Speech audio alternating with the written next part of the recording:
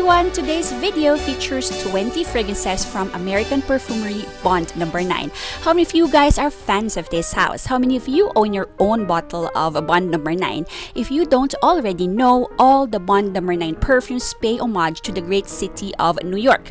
Each perfume is named after a neighborhood in New York. The Bond No. 9 bottle's shape and design has always intrigued me, plus some perfume releases in recent years, particularly Greenwich Village and Tribeca, has intrigued me enough to want to try this house out. Spoiler alert, Greenwich Village and Tribeca are in this box. I personally never owned a bottle before, not even a decant, and so I was super excited to explore this house through this sample set called Bond to Go Super Luxe. This box retails for $160 and contains 18 candy-inspired sample vials aptly called bonbons because each one is wrapped in colorful candy-looking wrapper like so. House in a box mimicking a box of treats. Plus, I got 2 extra scents for free, so there's 20 in total. Almost everything in here are best sellers. I gotta admit, you guys, that there is something super satisfying about peeling each one. This brings back memories of delight as you anticipate the taste of a candy as you unwrap it as a kid. The same feeling I get opening each sample to sniff these scents for the very first time. But before we indulge in these bonbons, welcome back to the channel, everyone. If it's your first time here, welcome. My name is Jane and this channel is all about fragrances. Thank you for clicking on this thumbnail. I have similar videos sampling various sample sets from different perfume houses. I will link the playlist down below if you're interested. And if you love and enjoy perfume related content, please check to see if you are subscribed to the channel. And if you haven't yet, please head on down below, click on the subscribe button, click on the bell icon as well to never miss similar videos. If you like this video or found something of value, please help me and the channel grow by sharing this in your socials or simply hit the thumbs up button below. It will mean the world to me. And with all that out of the way, let's dig into our treat. By the way, for reference, I have tested these perfumes in 27 to 30 degrees Celsius at approximately 60% humidity, daytime tropical climate. These come in no particular order. So first up is Nolita. Released in 2017, no perfumer was listed for this perfume. On first spray, this smelled super familiar. Not just because I owned a bottle of its dupe, but because I have smelled this a couple of hundred times before everywhere here in the Philippines. Because this smells very similar to Victoria's Secret's best-selling Bombshell, including the sexy, compliment-getting, head-turning vibe of Bombshell. Keynotes are tangerine, freesia, lilies, rose, jasmine, sambac, soft amber, musk, and sandalwood. Imagine a bombshell that lasts all day. It is Nolita. Blind by safe, feminine leaning, safe to give as a gift to the women in your life. Just FYI, Bombshell was released in 2010, so it came out first. The Scent of Peace is the female targeted release because there is a The Scent of Peace for him, which I will talk about next. Launched in 2006, the perfumer is Michael Almirac. This perfume was inspired by the tragedy of 9/11, created to evoke a sense of peace and tranquility. This is a perfume that once again reminded me of scents that I smell everywhere locally. You will be reminded of Lanvin's Eclat and a less lemony, more white floral version of Light Blue, 2 well-loved fragrances in the Philippines, understandably so because of the hot, humid climate we live in. The main difference is while Lanvin and Light Blue disappears in a heartbeat, the Scent of Peace remains to delight your nose all day. Blind by safe, signature scent worthy, especially for us here in the Philippines. No one's going to say bleh to a scent similar to Light Blue or Lanvin. The Scent of Peace for him. So far, I feel like these fragrances have a running theme. They are familiar scents, and this is no exception. The Scent of Peace for him opens like a tamer Dior Sauvage, hinting at something like Bleu de Chanel, but then morphs into a less pineapple-y, more woody Creed Aventus. My husband says it smells like Aventus to him from the start to end. Keynotes are pineapple, juniper berries, bergamot, currant buds, cedar, and vetiver. Signature scent worthy, definitely a male targeted release, launched in 2013, will make for a very safe gift for the man in your life. Honestly, a little too overpriced for such a familiar DNA. Next up is Spring Fling. My daughter and I love this. This is very springy with mostly fresh floral notes, a little hint of fruits to keep this exciting and fresh and fun, drying down a musky floral. I can't say this is complex or very unique and interesting, but this will make for a no-brainer, easy grab and go type perfume for the warmer season and for year-round wear here in the tropical climate. If you love fresh white florals like honeysuckle, lily of the valley, freesia, this is exactly what you're looking for. Released in 2018 along with a bunch of other floral fragrances, and the bottle is very avant-garde. It is bright blue-violet with an uber-large fuchsia flower bling. Love it. Madison Avenue. My daughter and I love this in the opening, and we are also drawn to the soft pink bottle. But then as this develops, this smells like rotten fruits to us. Perhaps it's the humidity or the extreme heat, but if you plan to wear this in similar climate, maybe think twice before you do. Not a perfume I will consider getting, but I am glad I have sampled this. Make sure you also do before getting a bottle. Do not blind buy. Next up is Bleecker Street.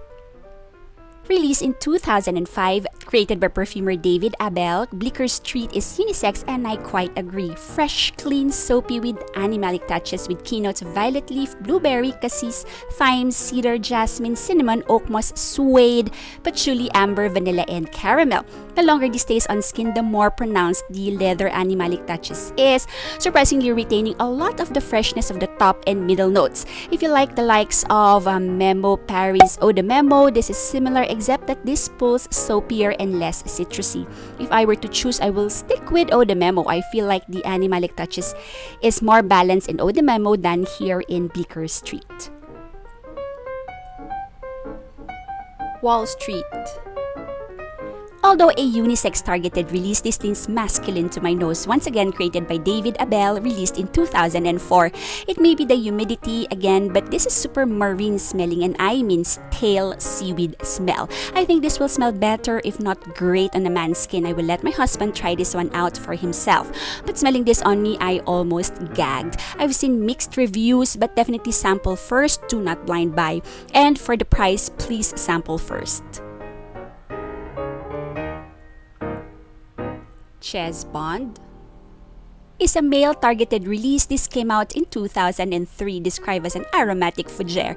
My husband owns a travel spray of green Irish tweed, which is frequently compared to this one. To my nose, this is similar but more scritchy, less smooth, less polished version of green Irish tweed, which I find to be blended better. Owning both would be redundant, but if I have to pick between this or green Irish tweed, I would pick green Irish tweed anytime. Number 9 is the house's namesake, Bond No. 9 perfume. Comes in the gold bottle, unisex targeted and released in 2009. This is a rosewood perfume that I did not expect to like. This leans feminine and is more of a rose mask rather than a rosewood perfume. If you are buying this for the oud rose combo, maybe get something else, because what is highlighted here is the rose. It is the soapy, clean, slightly mature, slightly potpourri type of rose scent that's not everyone's cup of tea. Having said that, this is a perfume I'd like to wear when I crave for some rose perfume for a special occasion. It is not offensive and great for a dressed up event.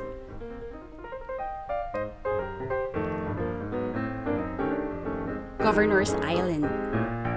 Governor's Island immediately reminded me of YSL's Baby Cat, but a fresher, less syrupy version of Baby Cat.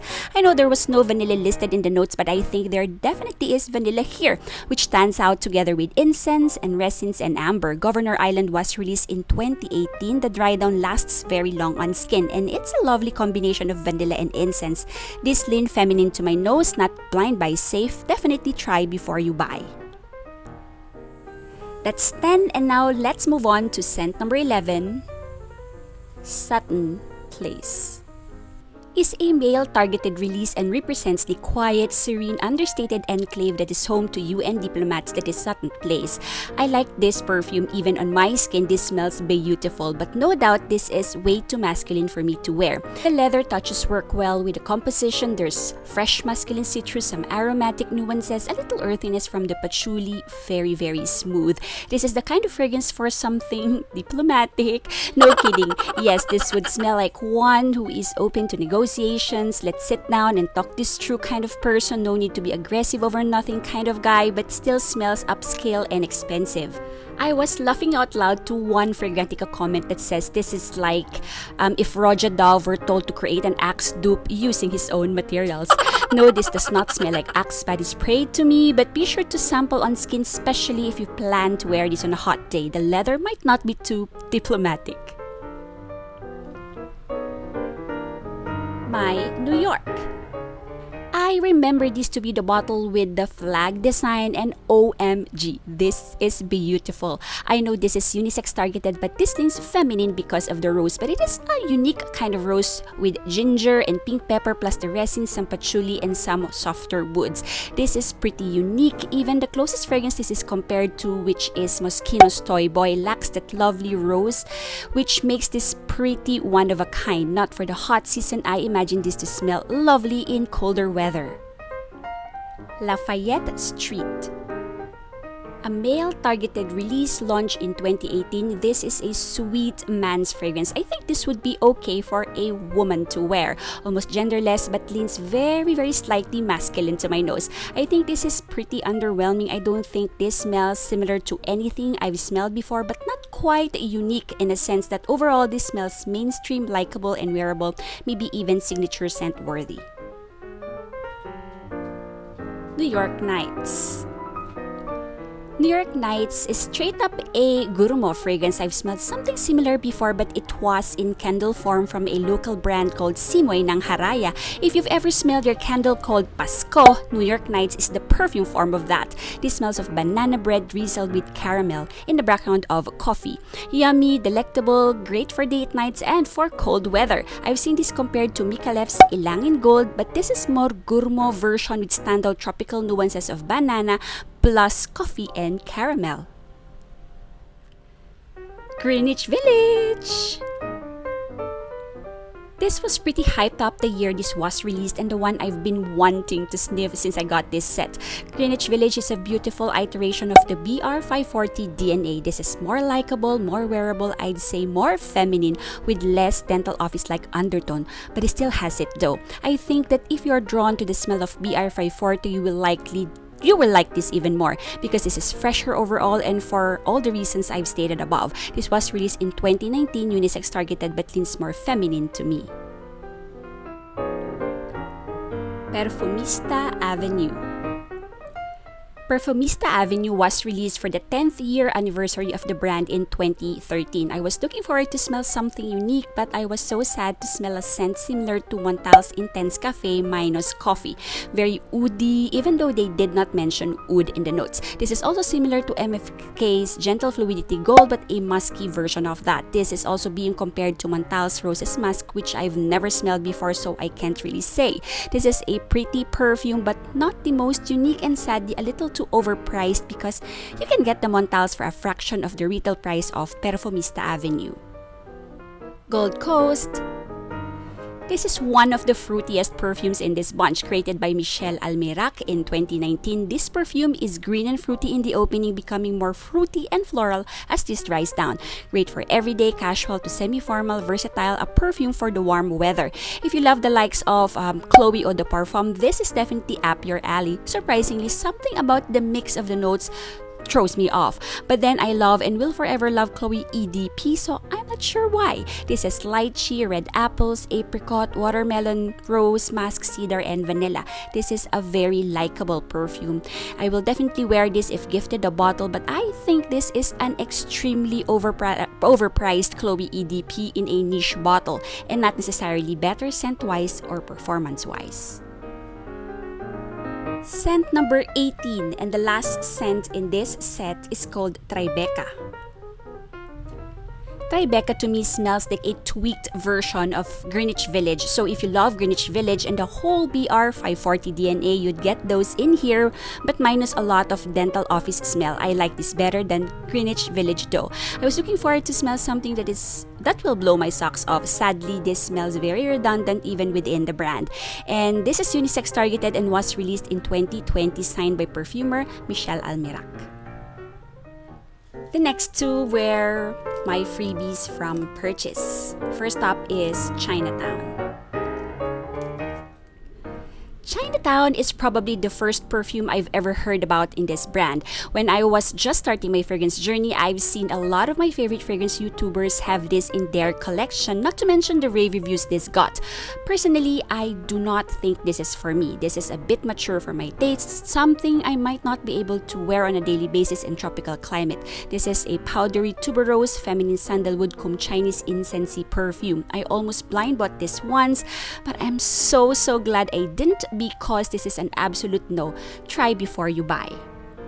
The next freebie is Bond number 9 Hamptons. This is a citrus perfume with a tiny hint of floral underneath, leans masculine, especially in the opening, pretty underwhelming to me. Even with magnolia added in and the rest of the floral notes in, honestly, my nose is probably just overwhelmed by the time I got to this, but I would have to say this is very likable, but underwhelming nonetheless for a perfume called Hamptons. I've never smelled Creed Silver Mountain Water before, but this perfume is compared to that, so I am not sure the price justifies the choose inside. Wow, I hope you're all still around by the time I get to this part of the video. I will make sure to include timestamps where the first 10 fragrances start and the second half begins. For your convenience, in the Bond number 9 website, these retail for $265 to $470 a bottle depending on size and popularity. Here in the Philippines, Rustans.com carries this brand and sell for anywhere from 14,250 pesos to 26,000 pesos depending on bottle size and popularity. I believe all come in eau de parfum concentration.